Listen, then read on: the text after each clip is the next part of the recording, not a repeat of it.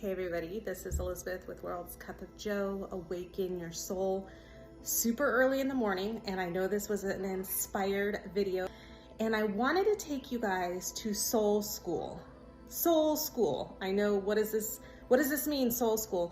I want to show you the difference between mind and soul in a very, very simplistic way, giving you specific examples of situations that could come up and how soul would handle them and how mind, ego handles them, so that you guys can really just get a simple version so that the next thing that happens, you can say, am I coming from a place of soul or am I coming from a place of mind? Because our whole goal, it should be, is to align with soul. Because the more we are aligned with soul, the more it draws our soul to us, the more manifestations come from soul, from that soul vibration, and your life just starts taking on such a better turn when you allow the mind to be free of wanting to control and you allow soul to lead the way.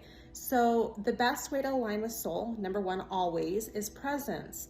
The next best way to align with soul is to ask yourself, how does soul view this situation? Because remember, every situation that happens, we're typically judging it from the perspective of mind. Mind sees it, mind starts filtering it and deciding, is this good or bad, duality, where soul just is. There's no judgment, there's no good or bad. It just sees it as the observer. So I want you guys to just sort of see a couple examples so that when examples and situations come in your own life, you could be like, oh, I'm in mind right now. I need to come back to soul, and soul is just observing. So I did a little cool board for you guys. I wish I could turn this screen. Let me turn this screen. Okay, I did this cool little board for you. You can see I'm not an artist. That is not where my skill set lies. I am more of a writer than I am an artist. So you have soul school, and on the left-hand side, you have your self, your ego, your mind. And then on the right, I try to do an infinity just to represent the eternalness, the infiniteness of soul. So the first one, you're late for work. Mind starts freaking out, right? Soul doesn't care.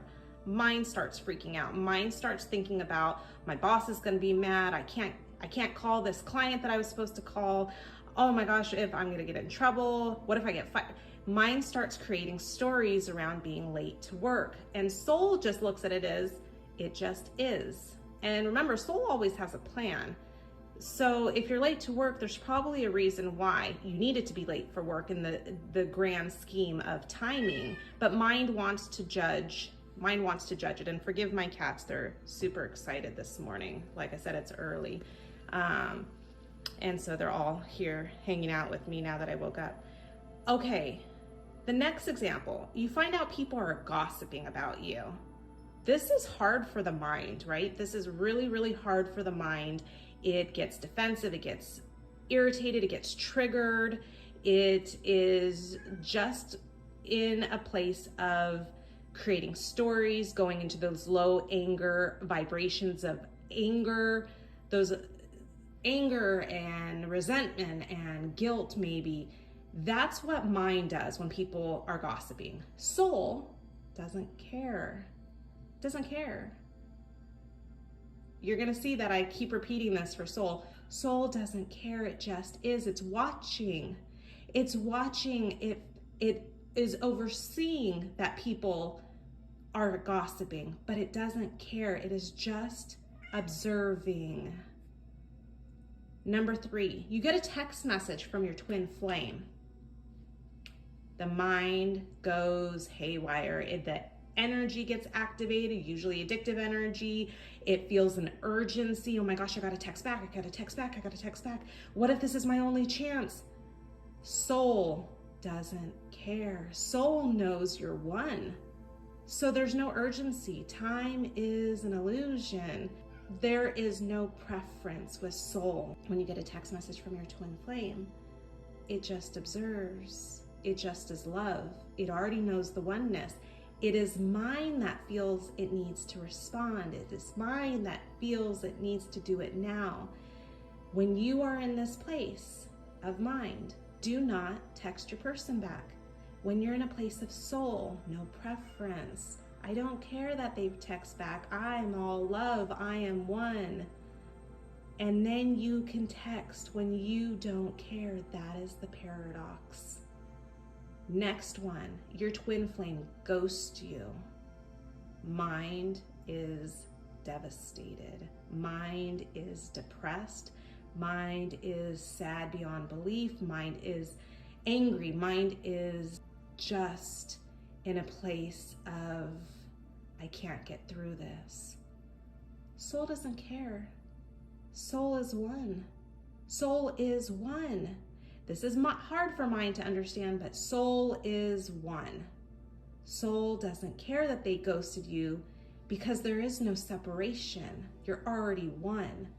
Mind sees the separation. Mind feels like this is the last time. That was the last chance. You're never going to see them again. Soul knows you are already one. You're already them. Last one. You want to get married, start a family, but you worry about getting older. And I put this example because I get this from a lot of clients. This is a very, very common fear of the mind. I'm going to repeat that. It's a common fear of the mind, not of soul, because soul just is. It is the observer. It is the watcher of the mind. You want to get married, start a family, but you worry about getting older. Mind cares. Mind wants this. Soul just is. Soul is infinite. This is an experience mind wants to experience while here on earth. Soul just is. Soul wants you to surrender. When you surrender to soul, soul makes way for everything that's in your best and highest good. And you've got to be in a place to trust this. If you're not and you're worried, you're in mind. And we all know that mind running the show doesn't get us very far. When you allow soul to take over and soul to run the show, you are now in a place of surrender, and you're allowing for all of the powers of the universe to be conspiring in your favor. Trust soul. I know this is a very rudimentary, very simplistic soul versus mind diagram and examples, but I really want to pound it in that soul doesn't care. It just is. It is just the observer. And the more you can keep that in your mind and have this playing as a mantra when things and situations cause you to get into mind, the more you can bring yourself back to presence, bring yourself back to soul, and this is how you align and balance out the energy. This is what allows you to be in a place to draw soul to you.